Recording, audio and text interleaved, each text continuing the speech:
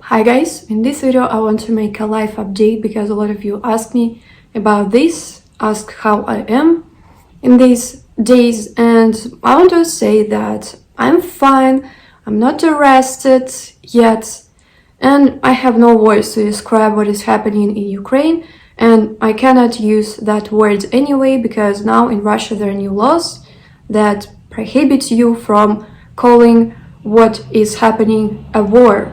You have to use the phrase special military operation. And there are many other things, other new laws. You can read about this all online. Self-censoring is really hard, but I will try to tell what I can tell in this video. So, in the beginning of February, you guys were asking me like, Natasha, what is going to happen? And back then, I didn't even understand what you meant, why you're asking me this, because nobody in Russia was talking about this. Nobody knew what was going to happen. But then, on the 24th of February, we understood it, and of course, everybody was shocked. In first days, I began to watch the reaction of people around me. I analyzed what people were posting in the social media, what their statements were, and at first it seemed to me that all people share the same opinion as mine. But then I realized that this is only what I saw in my information bubble, and I learned that actually many people have a different opinion, and I was so disgusted and terrified by this. I couldn't believe my eyes. I didn't know that propaganda can work so effective, that people can be so brainwashed. So after seeing the sentiments in the Russian society, I understood that instead of asking what do Russian people think about what is happening, we should ask, do Russian people know what is happening? Or do they know that they are supposed to think about this? I know it sounds crazy for you, but you have to understand the situation in the Russian civil society, the Russian political environment. And of course, there are people who know this and who are trying to do something.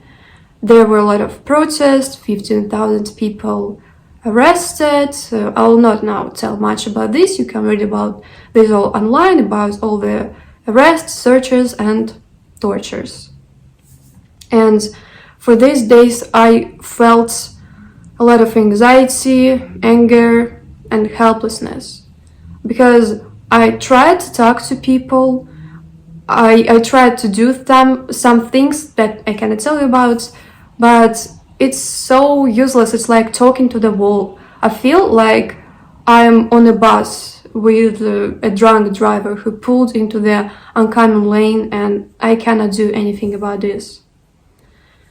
And I understood a lot of new things for these days. I understood a lot about psychology, Russia's past, present, and future, about economy. I reconsidered my values. I began to be more careful about people I can trust, what I say, and to whom I say it. And in the first days, I even read some words incorrectly. For example, I see one word, but I read it as something different in my mind, because now there's some other word that is stuck in my head, that word that is now prohibited to use.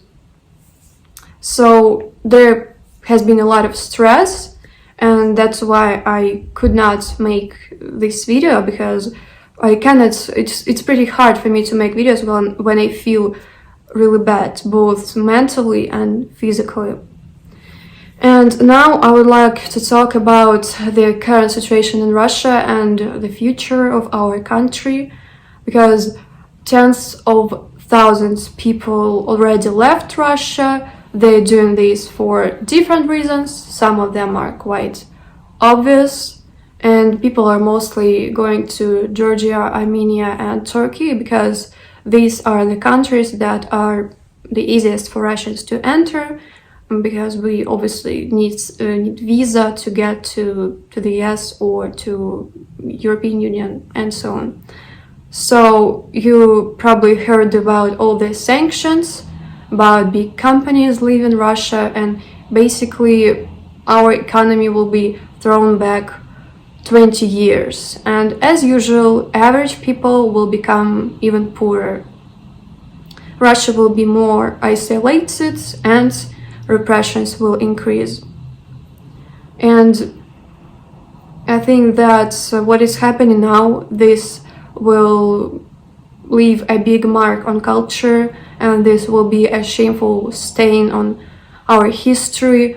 I already saw some Ukrainian songs appearing about this all, and there will be movies and a lot of reflections on this in the future, and we'll have to correct the consequences of this for many decades.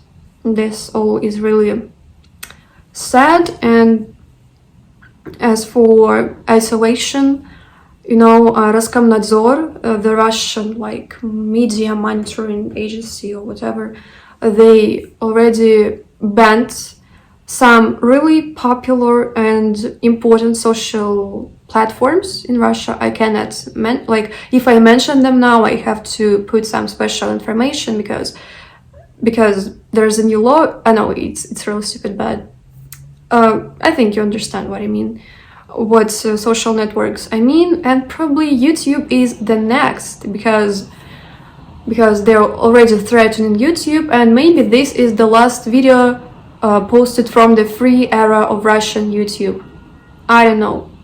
Yeah, a new time, a new era is starting in Russia now. And as for my YouTube channel, I don't know what to do with it because I had some pre-recorded vlogs, really interesting ones, but I cannot post them now, nothing happened. Maybe I'll post them in the future, and now I don't know what to post. Maybe I should focus on my feelings, how I'm feeling these days. Maybe I should I will make a Q&A video, so I will post a post where you can ask your questions, and I will answer them in my video.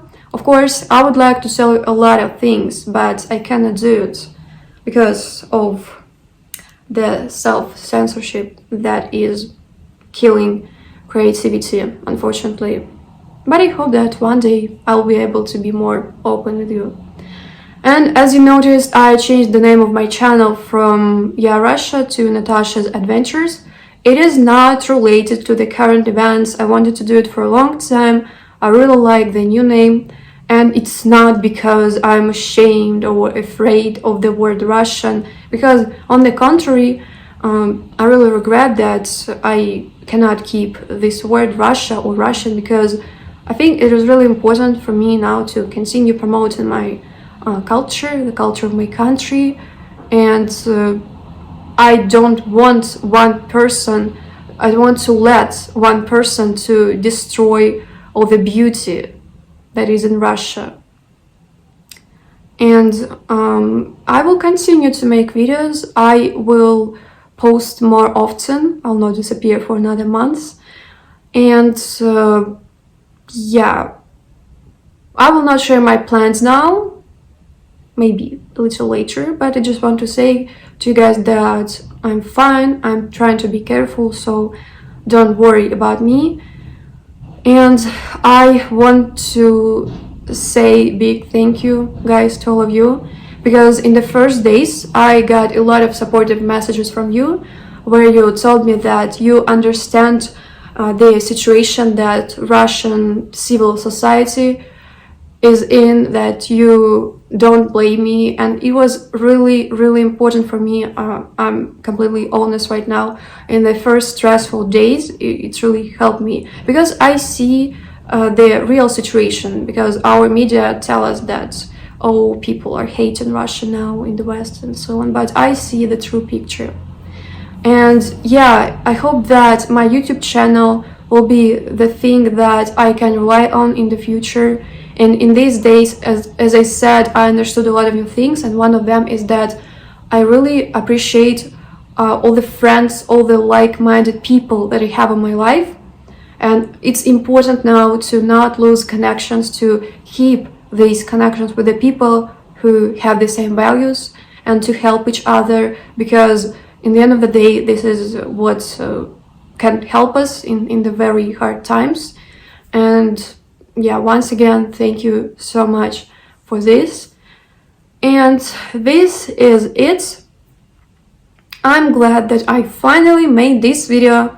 I reconsidered my words for like 3 times because, again, I don't know which things are safe to say now.